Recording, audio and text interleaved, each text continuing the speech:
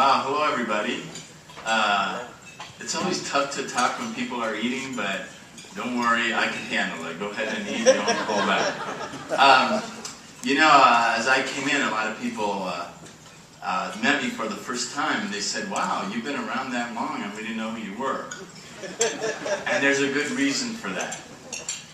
You know, if you know anything about the history of Denver and snow removal and how that affects elected officials, it's actually worse on the manager of public works. Usually during snow season, the manager of public works has to go into the witness protection program. So I usually would not come out in public until it was clear that there would not be any more snowstorms coming. So anyway, it's nice to see you. Hopefully you'll recognize me in the future. And I know some of you around here, and we'll say hello again. You know, Dan said that I'm a cyclist. I've actually been a very avid cyclist, and I still, from spring to fall, try to commute to work on my bicycle at least once a week. And of course, then I'm not big about riding my car to the health club and doing the stationary bike. I'd rather get on my bike and ride. I'm trying to get used to the idea of now I have 24/7 security, and I'm driven to work these days, and that's really odd for me. So I'm trying to figure out how to handle that when I commute to work. Do I have to take the guys on my handlebars? But so that's one of the. I still intend to commute to work. I believe in it. I think it's some of the things that we need to do, and I'll figure a way to deal with that.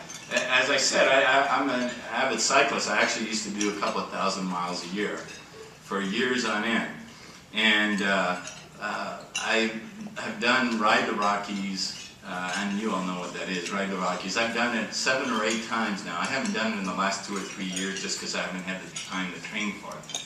But my wife is also a cyclist, and man, she is an animal on the bike.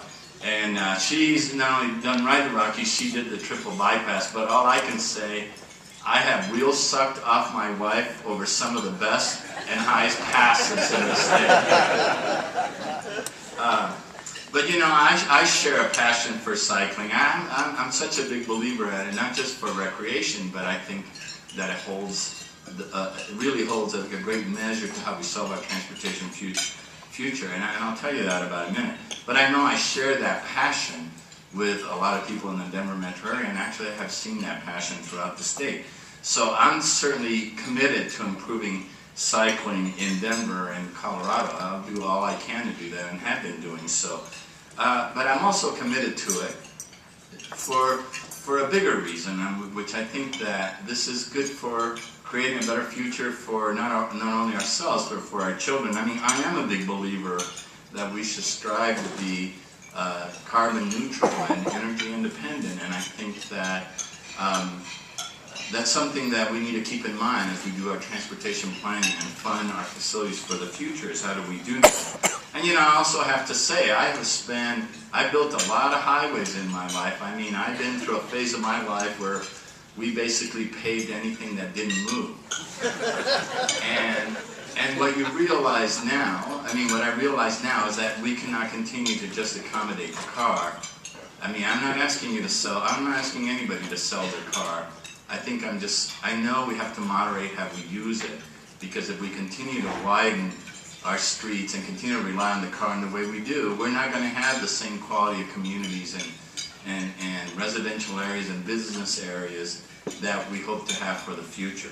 I actually, as manager of public works, what we did is we came up with the strategic transportation plan for our city, and it was quite innovative in that we really went after creating a multimodal transportation system that would be balanced, not just with car and transit, but also pedestrian and bicycle as part of our transportation tools for the future. It is a very innovative plan, is that it began to measure person trips versus car trips, the normal way that we do plan. I mean, we really looked at what is the capacity of the footprint that we have, so that we can measure it in terms of capacity of person trips. And actually, when we ended the strategic transportation plan, we made a commitment that we would not change the footprint of our transportation system in Denver, so that, yeah, we may widen a few intersections to make them safer, but we would try to stay within the footprint of our streets in Denver, even our major streets. And that's something that that we worked hard to do. I'm telling you, and I know you know this better than I do, we must focus on person trips as we look to the future. It is the thing that we have to do. It is the way we have to plan for our transportation system. It is the way that I think we have to fund and maintain that system, so it accommodates all modes and allows people to do that. So very dedicated to that. We have focused in the last few years on increasing biking in Denver for all types of levels and skills, and I think you've seen some of that. I actually was motivated to do that on numerous trips that I made to Portland.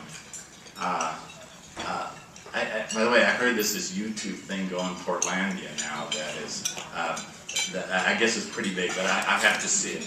But anyway, when I went to Portlandia, noticed the great effort that they were making in cycling. I mean, they're almost at 7% modal shift to cycling, going to 10% quickly, and their goal is to go to 25% modal shift in cycling, which I found outstanding. You know, and what was even more outstanding to me, more moving when I saw that, to see that effort, and their weather sucks.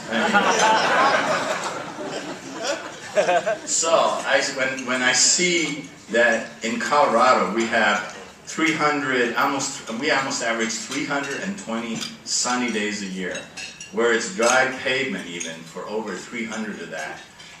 I saw there is no reason why we should not in Denver be able to encourage cycling in the way that they do in Portland, and people enjoy, be able to do it, and actually really enjoy the weather when they're so doing. So I think you've seen from us here in Denver, us double the amount of bike infrastructure in the last several years. We've actually really been trying to increase it downtown. All of our bike routes came to downtown and then we dropped it. So now we're trying to connect them so that people will be more encouraged to ride, even to ride downtown. We initiated Denver Moves to expand our bike network into the future and make it simpler to use and better connect it to destinations. So, for example, I myself, you know, I ride the streets and I may or may not choose to follow the traffic control devices. You know, I think that that's normally for tourists to our great city, but nevertheless. Having said that, there are some people that have a different experience than I do and are more leery of riding their bikes, so we wanted to make sure that they're connected so that when you're on a bike route, you actually know where to go and where to continue on that bike route, even with its recreational path, to get that done. And so we are really going in that. I know that we'll be making some announcements here in the next few weeks as to some of the work we're doing to lay out our bicycle plan for the near future. We also were the first U.S. city to launch a citywide, large-scale bike sharing program. We were the leaders in that.